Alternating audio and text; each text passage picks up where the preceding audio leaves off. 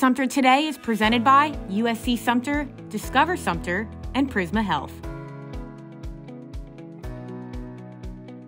My name is Cookie Washington.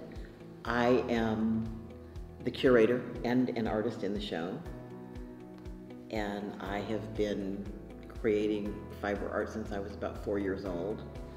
I was a dressmaker, bridal designer, and I saw the exhibit Communion of the Spirits by Roland Freeman, and it was a revelation. I was like, oh my goodness, there were all these art quilts and they were so meaningful and saying something. I wasn't sure that I really loved quilting because mostly I knew like little old lady quilters who were like, oh look, Sunbonnet Sue, or Ohio Stars, you know, just very traditional, geometric, kind of boring. But to see something like this was like, wow, I want to do this. And there were so many things that I wanted to say. I've always been an activist as well. And so this became not just my vocation, but my avocation, and I believe also part of my ministry as I move through the world. And I think it's a more gentle way to get a point across.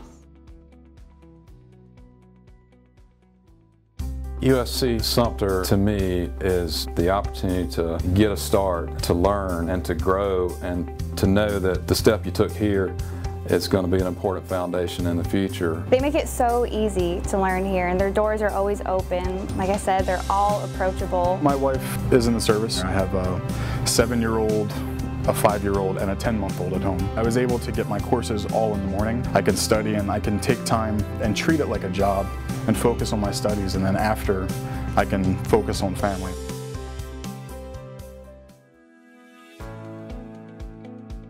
The Epic Stitchers, we have a quilting group, mostly on Zoom because COVID. And we were talking about the book, All That We Carry, and how challenging it is to still be an African-American woman living in America. And I was reading the book. I posed the question, well, what are we still carrying? You know, are we carrying our joys? Are we carrying our sorrows, our fears?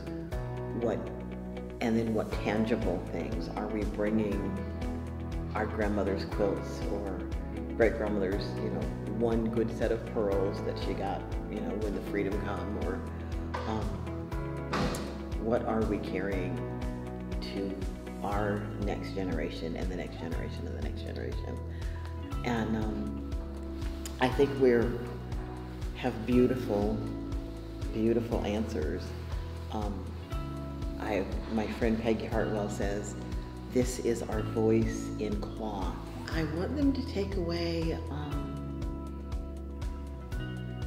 a better understanding of the African-American experience when there is an exhibit like this where all different people from all ethnicities and walks of life can come and see our stories and what we feel and how we create.